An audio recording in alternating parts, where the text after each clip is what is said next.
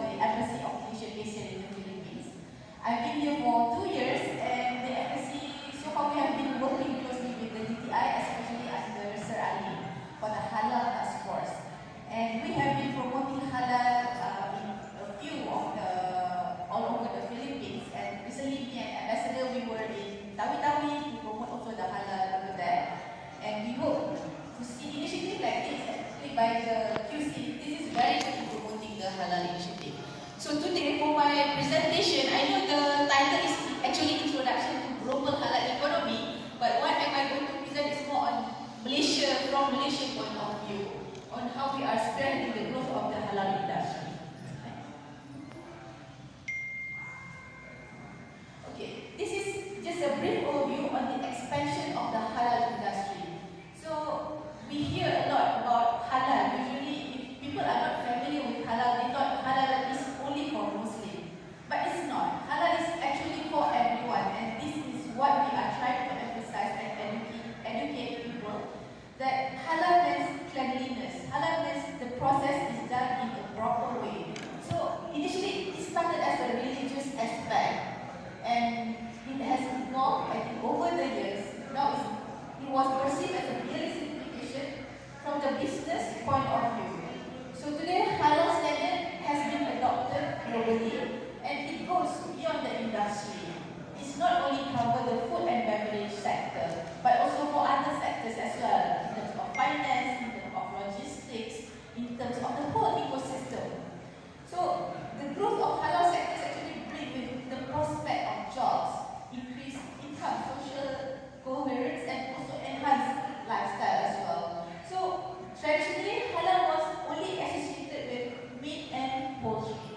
So this has grown to cut across multiple sectors.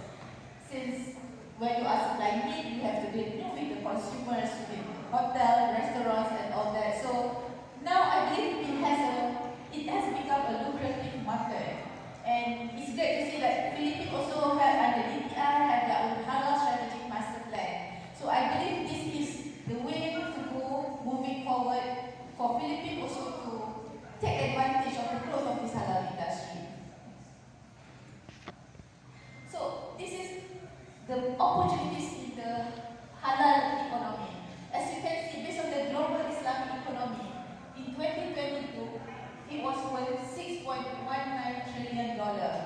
And in 2027, this is forecasted to grow to $9.05 trillion. And this is not only for Malaysia, but I believe this is something that all the, especially the ASEAN countries, can explore together.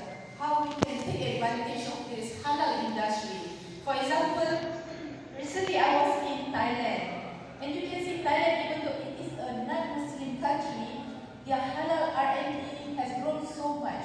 And I think this is what the Philippines can also explore, can also study how it can bring not only for the export, but also to bring grow the economy of the Philippines.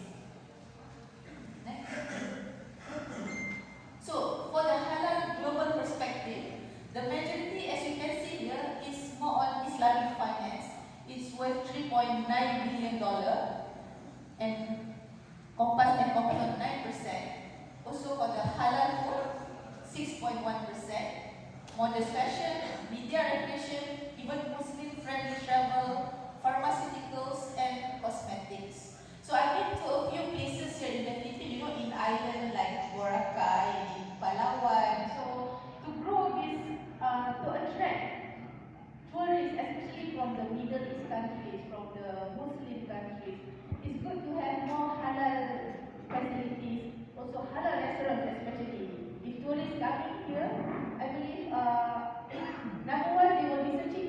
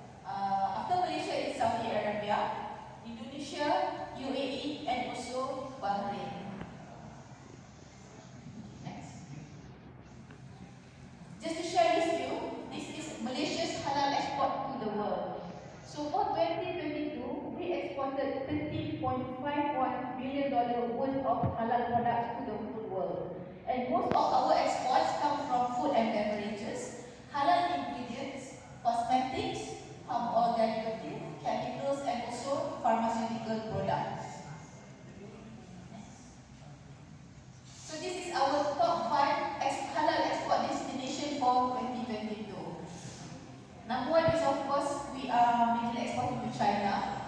After that, Singapore, Japan, USA, and also Indonesia. So, just to share with you, this is the statistic for Malaysia's halal export to the Philippines. So, based on the ranking, Philippines is now ranked number 8 as one of the countries that Malaysia export to. So, in 2022, the figure is $0.51 billion. So, based on the sectors, the majority of the sectors is food and beverages, cosmetics and personal care, halal ingredients, also chemical and palm oil derivatives.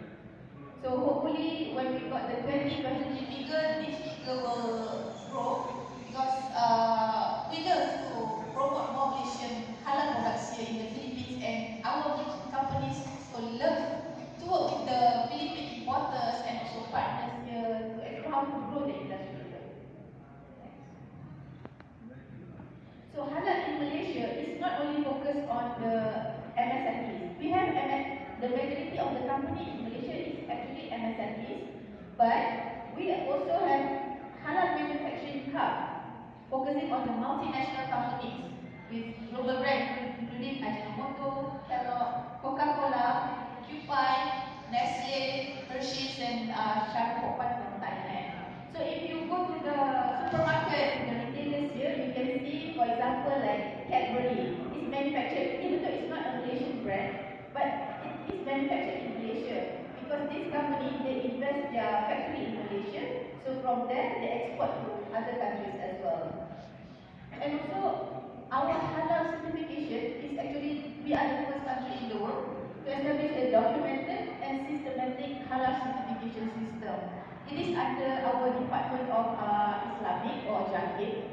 So under Jakib, for example, they have this system in the website where the public can access. If you want to check whether the product is halal or whether this restaurant has halal certification or not, you can just key in, then it will appear. So it really helps, especially for us Malaysians, to check the authenticity of the halal from the restaurants or from the companies. We also have our own Halal Industry Master Plan 2030, was launched to further grow the halal industry as well.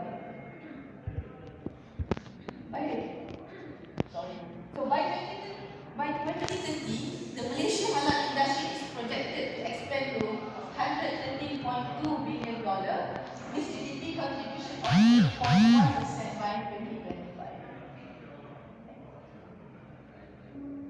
Just to share with you, this is some of our Malaysian halal brand which is available in the Philippines. We have Mami, they produce manufacture snacks. Also Duo Pharma. Duo Pharma is actually a Malaysian halal pharmaceutical company, so they supply to hospital and also they manufacture halal supplement which they supply to pharmacies like Mercury Drug and some of the other pharmacies as well. We also have our own Multan White Coffee.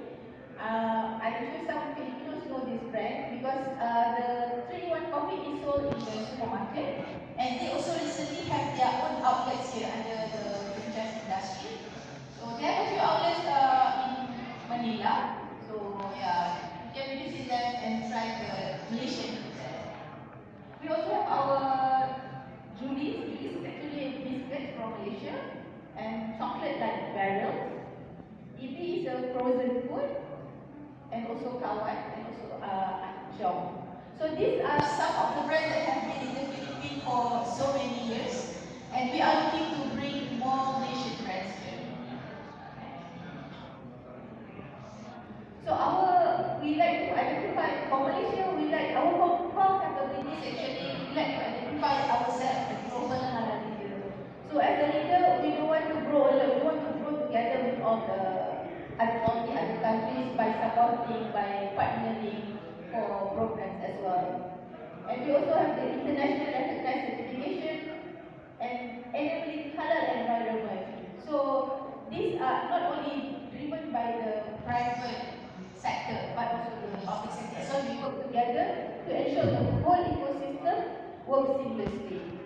And we also have a diverse and competitive industry. So this is to share Malaysia especially performance indicator. So 2022, halal contributes 7.5% to our GDP, and by 2030, it's expected to contribute 10.8% to Malaysia's GDP. Just to share, this is Malaysia's comprehensive halal ecosystem. So we have the Halal Industry Development Council, headed by our Deputy Prime Minister. And under that, the secretariat for the halal ecosystem is the Halal Development Corporation. This is the agency in Malaysia in charge for the promotion for halal. And I'm from Madrid, so for Madrid, we are actually promoting internationalization of Malaysia's halal products and services. So under that, we would have different secretariats from different ministries to work together to bring, to grow the halal industry. So you can see so many logos here. So this is where the government bodies, and we work also with the industry players, the chambers from different sectors to grow together the halal industry. Because for halal, it's not only